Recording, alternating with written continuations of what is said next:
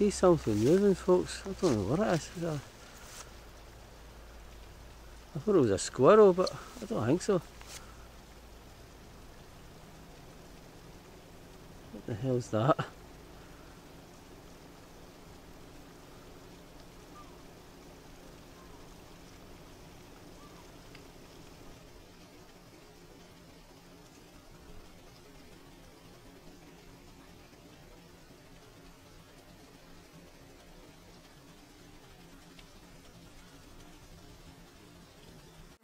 Scott's Wild Camper, the wild camping channel for the great outdoors.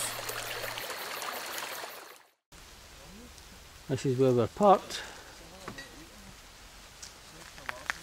There's the two Marks and Stuart over there.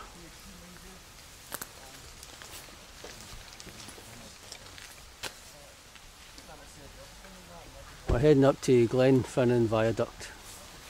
We're not sure where we're going to camp. In fact, you know, apparently there's not a lot of places to camp, so well, we just need to find a spot as always. Just need to find somewhere where we can get our tents up.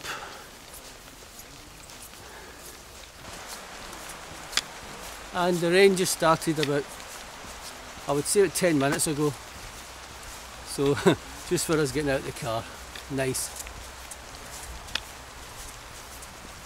It doesn't look too bad, to be honest. You know, it looks like it's going to be maybe on off, which is okay, you know.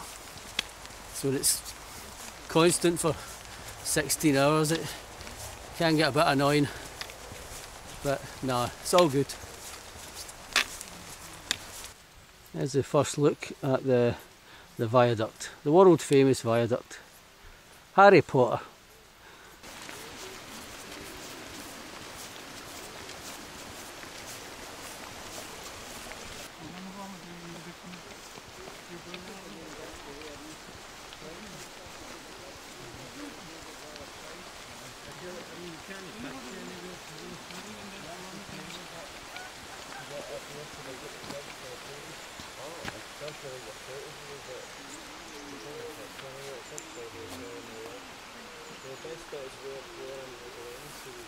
First order of the day is to find a place to pitch.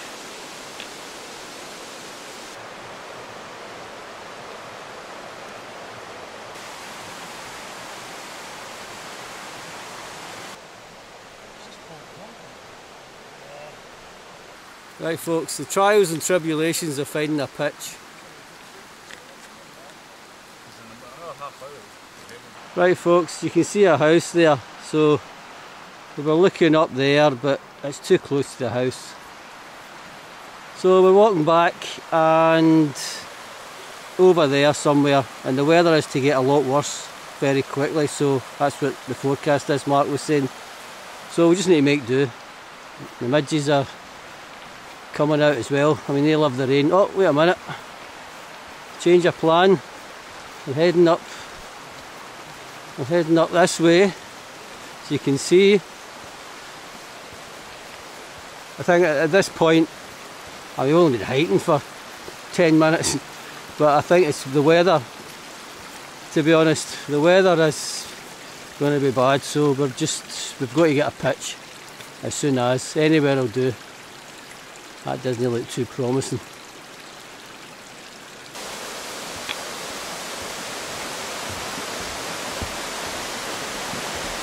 Right, we'll try over here.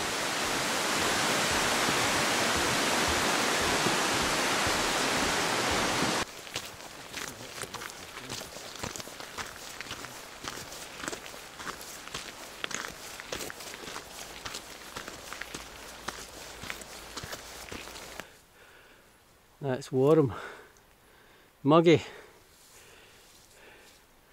Right, we're going to head up here. Head up and hope for the best. If not, then the worst we'll need to do.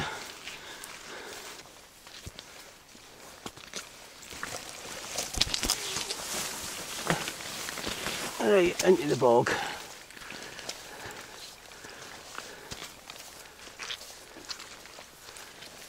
The ground doesn't look too good. Yeah. There's a view looking back, folks, at the Glenfinnan Viaduct. There's Loch Shiel. There's a bit of a trail here.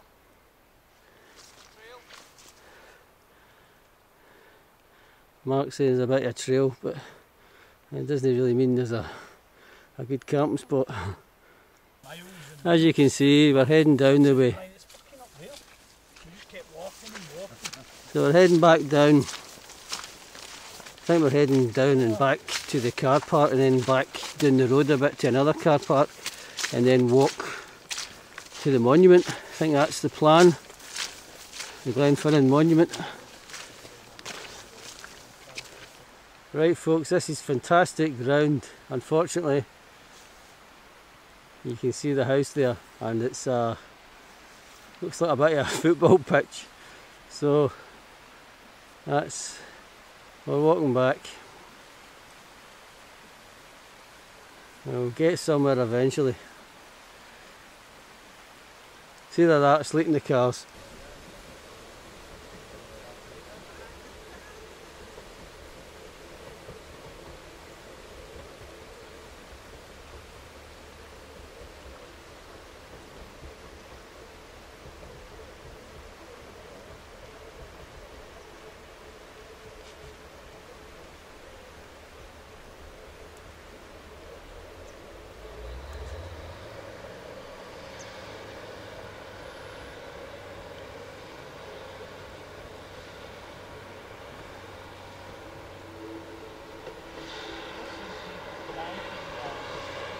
It's 7:05.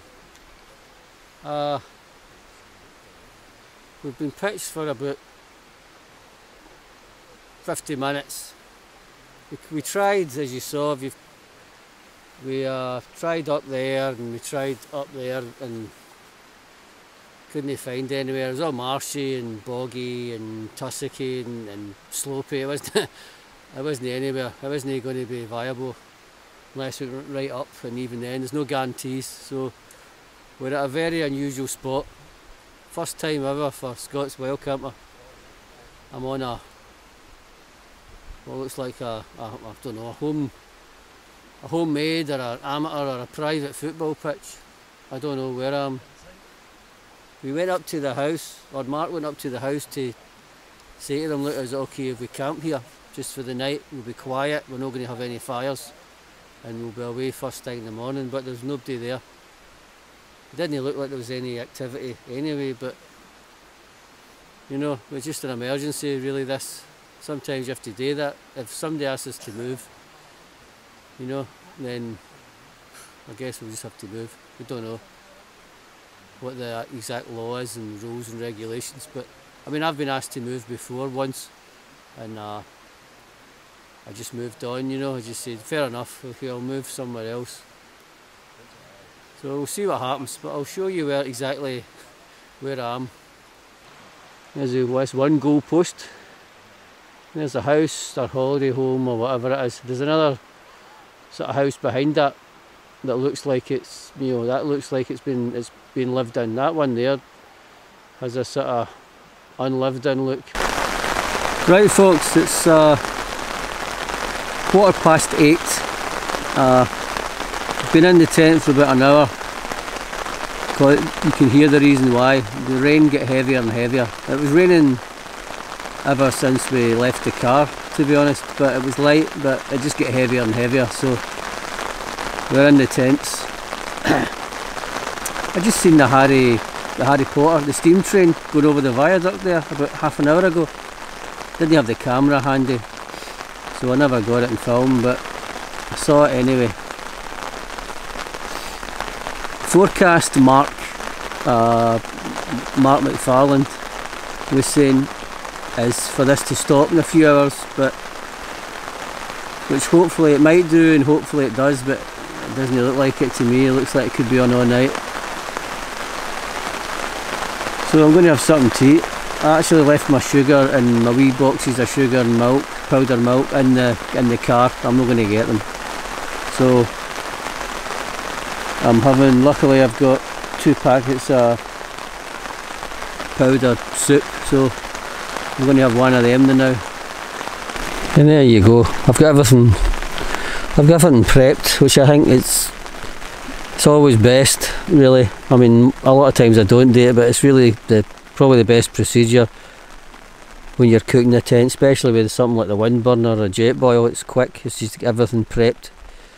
So I've got the powdered soup in the cup, the water ready, the lighter. I've got wipes and hankies, you never know what's going to happen.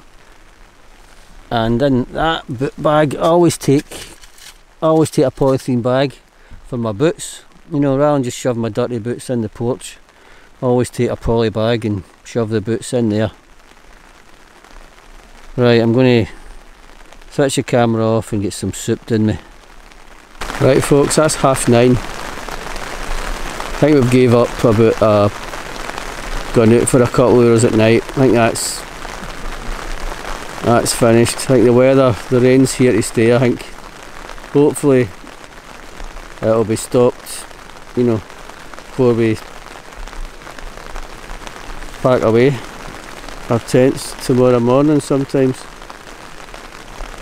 But anyway, that's what happens. Got to do your tent time when you go wild camping a lot. You've got a few nights you just need to do the tent time, so this is one of the nights. I'm going to get these clothes off and get my base layers on and get into the bag, and that'll be me too. I'll probably wake up about, well, I'm not really that tired now, but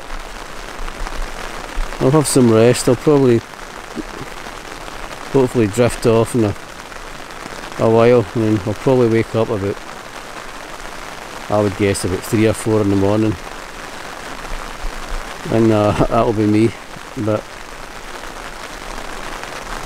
anyway, get a good rest. So I'll talk to you in the morning. 6:30. Probably been awake since about 5:30. I've been awake a few times during the night. The rain was still on. The rain's off there now. So I'm just going to slowly start getting packed away. We're heading to Acton Sana, I think we're heading to. So that's the plan of action for today. I think the rain's off just now.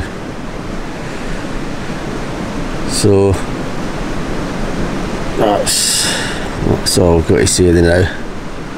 I'll get back to you later on. It's 7 AM. Just to show you what I've done, I've took the inner down, mainly because obviously the fly sheet will be soaking wet, but also it gives me a huge space in this Southern Cross to work, to pack away. I mean, it's good procedure, but I only do it when I'm you know, when the tent's absolutely drenched wet. If it's just sort of a bit of rain, I usually leave it.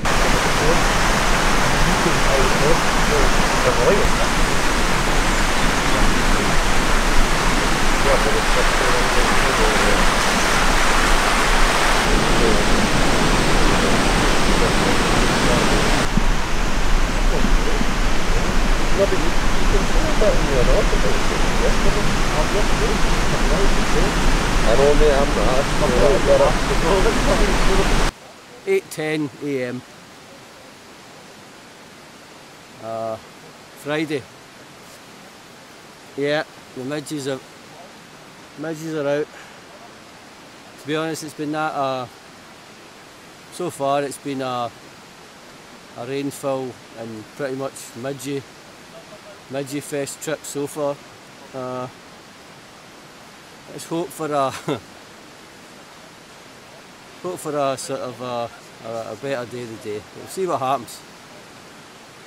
We're all almost packed, so I'm packed, and the other chaps are just about finished. So that was day one. This is the start of day two. Let's hope day two is a wee bit better, as I said. Right folks, there's the cafe. Never been here. Old train carriage, eh? That's the cafe, and that one there, the Glenfinnan sleeping car, is you can obviously bunk down for the night in there. There's a snow plough.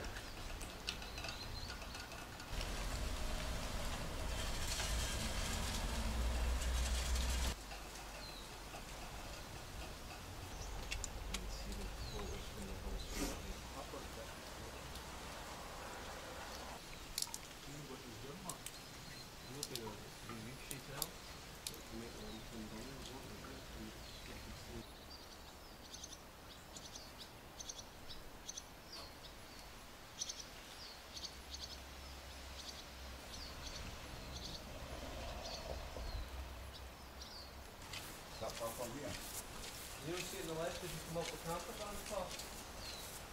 Over the outside and between here and the car camper.